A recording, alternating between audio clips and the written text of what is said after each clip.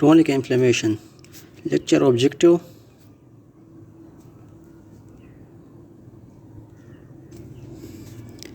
Okay سب سے پہلے تو کچھ ٹرمس ہے جو کرونک انفلیمیشن میں ہم یوز کریں گے اس کو جانتے ہیں، پھر اس کے بعد جو ہے نا ٹاپک سٹارٹ کرتے ہیں۔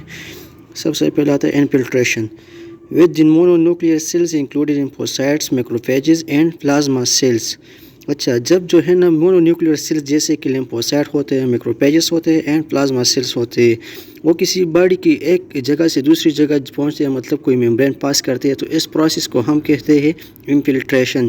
مونو نیوکلیئر سیلز جو ہے نا ہمارے باڈی کے کچھ ممبرینس کو پاس کرتے ہیں، اس پروسیس کو ہم کہتے ہیں انفلٹریشن۔ دوسرا آتا ہے tissue destruction largely induced by inflammatory cells. Tissue کو زیادہ تر ٹیشو کی جو ڈسٹرکشن ہوتی ہے، ٹیشو کی جو ڈیتھ وغیرہ ہوتی ہے نا، اس کو جو ہے نا وہ زیادہ کس چیز کی وجہ سے ہوتا ہے؟ زیادہ تر انفلیمیٹری سیلز کی وجہ سے ہوتا ہے، ٹھیک ہے۔ Repair involving new Wiesel preparation and fibrosis. Repair وہ پروسیس جس میں جو ہے نا نیو ویزل جو ہوتے ہیں وہ فارمیشن ہوتی ہے اس کی، اور دوسرا جو فائبروسس وغیرہ ہوتی ہے نا اس کی فارمیشن ہوتی ہے، مطلب فائبرس اور کولاجن کا جو لیئرس وغیرہ ہوتے ہیں، اس پروسیس کو ہم ریپیئر کہتے ہیں۔ It means chronic inflammation is process in which destruction and repair processes go side by side. اس کا مطلب یہ ہے کہ کرونک انفلیمیشن ایک ایسا پروسیس ہے جس میں جو ہے نا ریپیئر اور جو ڈسٹرکشن ہے وہ دونوں سائڈ بائی سائڈ چلتے ہیں، مطلب ایک جگہ پہ زخم ہو جاتے ہیں تو دوسری جگہ ٹھیک ہونا شروع ہو جاتا ہے، مطلب یہ جو ہے نا ایک کمپلیکس میکینزم ہے کرونک انفلیمیشن۔ اچھا، definition It is a response of prolonged duration, weeks or months, in which inflammation, tissue injury and attempts at repair coexist in varying combinations. اچھا، یہ جو ہے نا رسپانس ہے ہماری باڈی کا، جو prolonged duration، جو ہماری باڈی میں prolonged duration جو انفلیمیشن ہو جاتا ہے نا، اس کو ہم کرونک انفلیمیشن کہتے ہیں۔ اس میں جو ہے نا کیا کیا ہوتا ہے؟ اس میں ہوتا ہے ایک تو انفلیمیشن ہوتا ہے، دوسرا ٹیشو انجری ہوتا ہے، اور تیسرا اس میں ریپیئر ہوتا ہے۔ مطلب یہ کمپلیکس میکینزم ہے، ایک جگہ سے جو ہے نا ٹیشو ڈسٹرکشن ہوتی ہے، دوسری جگہ پہ جو ہے نا ریپیئر پروسیس سٹارٹ ہوتا ہے، مطلب یہ مکس چل رہا ہوتا ہے سب کچھ۔ اچھا، اس کے کازز کا ہے تو پہلے جو کاز ہے نا وہ پرسسٹنٹ انفیکشن۔ اگر کسی شخص کو جو ہے نا بار بار جو ہے نا کوئی بیکٹیریل انفیکشن ہو رہا ہے، مطلب بار بار ہو رہا ہے اور وہ لانگ ٹائم کے لیے اس کو جو ہے نا افیکٹ کر رہا ہے، سو اس کی وجہ سے بھی کرونک انفلیمیشن کاز ہو سکتا ہے۔ دوسری جو بڑی کاز ہوتا ہے وہ بیکٹیریم ٹیوبرکلوسس، ایک بیکٹیریا ہے جو ہمارے باڈی کو ٹیوبرکلوسس یعنی ٹی بی کاز کرتا ہے۔ جب وہ ٹی بی ہو جاتا ہے نا تو اس کو جو ہے نا ڈائگنوسس جو اس کا ہوتا ہے تو بہت لیٹ ہو جاتا ہے، مطلب زیادہ تر جو ہے نا لوگ ٹی بی کا ڈائگنوسس جو ہے نا جلدی نہیں کر پاتے، کیونکہ وہ جو ہے نا کرونک انفلیمیشن ہے اور یہ ہماری باڈی میں بہت ڈیپلی اور بہت آہستہ آہستہ جو ہے نا یہ پھیلتا ہے۔ سو بیکٹیریا ٹیوبرکلوسس بھی ایک لانگ ٹرم جو ہے نا انفلیمیشن کرونک انفلیمیشن کی جو ہے نا ایک ٹائپ ہے، یا اس کی وجہ سے بھی کاز ہو سکتا ہے۔ کچھ فنگس وغیرہ، وائرسز اور پیراسائٹس بھی ہے جو ہے نا وہ کرونک انفلیمیشن کاز کر سکتے ہیں۔ Prolonged exposure of toxin agents, bacteria وغیرہ کے ٹاکسنگ ایجنٹس یا جو ہمارے جو انسیکٹیسائڈ پیسٹیسائڈز وغیرہ ہو، یہ اس کو جو ہے نا زیادہ تر کوئی شخص اگر اس کے ایکسپوجر میں زیادہ تر آ جاتا ہے زیادہ ٹائم تک، تو اس کی وجہ سے بھی کرونک انفلیمیشن کاز ہو سکتا ہے۔ اچھا، اب دو چیزیں اور ہے، ایک انڈوجینس، مطلب وہ چیزیں جو ہماری باڈی کے انٹرنلی ہوتے ہیں اور وہ ہمیں کرونک انفلیمیشن جو ہے نا ہماری باڈی میں کاز کرتا ہے، لیکن ہماری باڈی کے انٹرنل سائڈ سے، اس کو ہم انڈوجینس کازز آف کرونک انفلیمیشن کہہ سکتے ہیں، جیسے کہ ایتھیروسکلوروسس۔ ایتھیروسکلوروسس ایک ایسا کنڈیشن ہے جس میں جو ہے نا ہمارے ویزلز وغیرہ ہوتی ہے، اس کی والز تھک ہو جاتی ہے، اور اس میں جو ہے نا تھک کی وجہ سے جو ہے نا بلڈ زیادہ پاس نہیں ہوتا ہے، اس وجہ سے بھی جو ہے نا زیادہ تر کرونک انفلیمیشن جو ہے کاز ہو سکتا ہے۔ اس کے بعد آتا ہے ایکزوجینس او کازز کرونک انفلیمیشن، جو باہر کی یا ہماری باڈی سے جو ہے نا باہر کی طرف سے انفلیمیشن کاز کرنے کے ایجنٹ ہوتے ہیں، لائک پارٹیکولیٹ سیلیکا سیلیکوسس۔ اچھا، پارٹیکولیٹ سیلیکا سیلیکوسس جو ہے نا یہ ایک میٹل ہے، سو یہ جو ہے نا ڈیزیز کیسے کاز ہوتا ہے؟ یہ کاز ہوتا ہے جو لوگ مائننگ وغیرہ کرتے ہیں، مطلب جو کان وغیرہ میں جو ہے نا کام کرتے ہیں نا، سو ان لوگوں کو جو ہے نا اکثر سلیکا کے اسمال پارٹیکل جو ہے نا وہ انہیل کر جاتے ہیں، اس انہیلیشن کی وجہ سے ان کی باڈی میں جو ہے نا سیلیکوسس جو کنڈیشن ہے وہ کاز ہو جاتا ہے، یہ کرونک انفلیمیشن کی ایک ٹائپ ہے یا اس کے کاز سے، ٹھیک ہے۔ اچھا، اب اس ڈائیگرام کو دیکھ سکتے ہیں، ایک جو ہے نا سب سے پہلے جو یہ ہے نا لیور ہے، اس میں جو ہے نا کرونک انفلیمیشن یہ نارمل ہے، اور دوسرا جو ہے نا یہ کرونک انفلیمیشن جو ہے نا اس پہ افیکٹ ہو رہا ہے، ٹھیک ہے۔ اچھا، اب دو ریزنس اور بھی ہے، دو کازز اور بھی ہے کرونک انفلیمیشن کے. ایک ہوتا ہے auto immune disease. Auto immune disease اور ڈیزیز ہوتا ہے جس میں ہمارا امیون سسٹم جو ہے نا اپنے ہی سیلز یا اپنے ہی باڈی پہ ایکشن کرتا ہے اور ان کو کل کرتا ہے. اس کو ہم کہتے ہیں auto immune disease. Auto immune disease بھی کرونک انفلیمیشن کاز کر سکتا ہے. ٹھیک ہے. دوسرا آتا ہے ریموٹائڈ آرتھرائٹس. روماتائڈ آرتھرائٹس جو ہے نا یہ ہمارے جو جوائنٹس وغیرہ ہوتے ہیں اس میں یورک ایسڈ کا لیول ہائی ہو جانے کی وجہ سے وہاں پر جو ہے نا کیا ہوتا ہے، ہمارے جو یورک ایسڈ لیول کیا کرتا ہے، وہ جوائنٹ کو ویک کرتا ہے، اس کے جو فلوئڈ وغیرہ ہوتے ہیں اس کو ختم کرتا ہے. تو یہ بھی کرونک انفلیمیشن کاز کر سکتا ہے. اچھا، کرونک انفلیمیشن کے بارے میں کچھ پوائنٹس ہیں. کرونک انفلیمیشن کیسے ہوتا ہے، مطلب کیسے کاز ہوتا ہے یا کیسے پروسیڈ ہوتا ہے. So chronic inflammation follow to acute inflammation.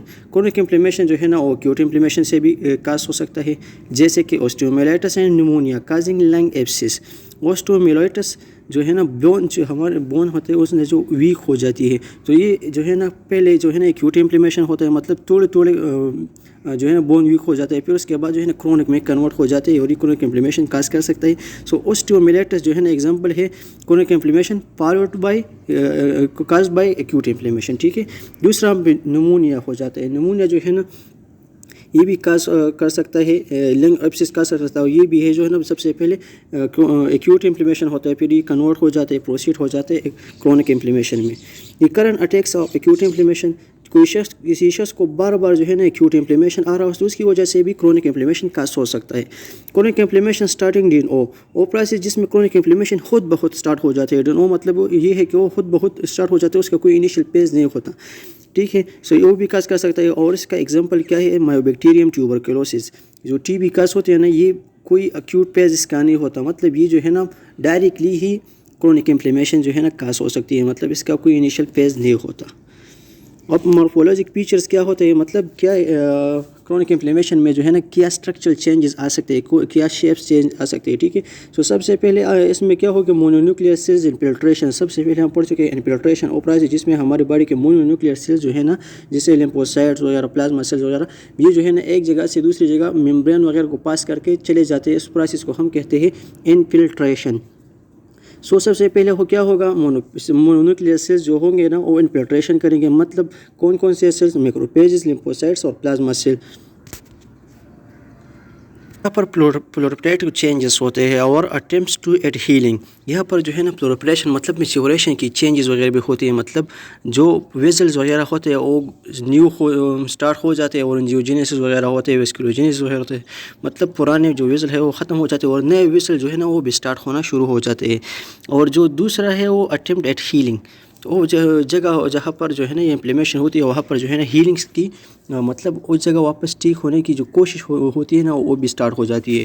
اس کے بعد ٹیشو ڈسٹرکشن اور نیکروسس بھی ساتھ ساتھ ہو جاتے ہیں، مطلب جو ٹیشوز وغیرہ ہوتے ہیں نا وہ ختم بھی ہو جاتے ہیں اور ساتھ میں سیل ڈیتھ وغیرہ وہ بھی کنٹینیوسلی جاری ہوتا ہے. مطلب یہ ہے کہ اوورآل جو کرونک انفلیمیشن ہے نا یہ کمپلیکس میکینزم ہے. اچھا، سیلز آف کرونک انفلیمیشن. اچھا، کرونک انفلیمیشن میں کون کون سے سیلز جو ہے نا زیادہ تر اپنا کردار ادا کرتے ہیں. So macrophages are the dominant cells in most of the chronic inflammations. Macrophages جو ہے نا یہ ڈومیننٹ سیلز ہے کس چیز کے، کرونک انفلیمیشن میں سب سے ڈومیننٹ سیلز کون سے ہوں گے جو سب سے زیادہ کام کرتے ہیں، وہ میکروپیجز ہوں گے. ٹھیک ہے.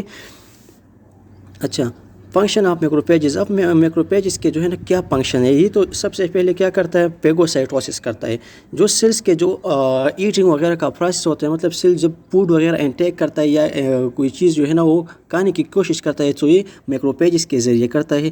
دوسرا کیا کام کرتا ہے، یہ جو ہے نا ٹیشو ریپیئر جو کام ہوتا ہے، مطلب جو زخم بڑھتے ہیں نا اس پروسیس کو جو ہے نا یہ اسٹارٹ کرتا ہے، انیشیٹ کرتا ہے. ٹھیک ہے.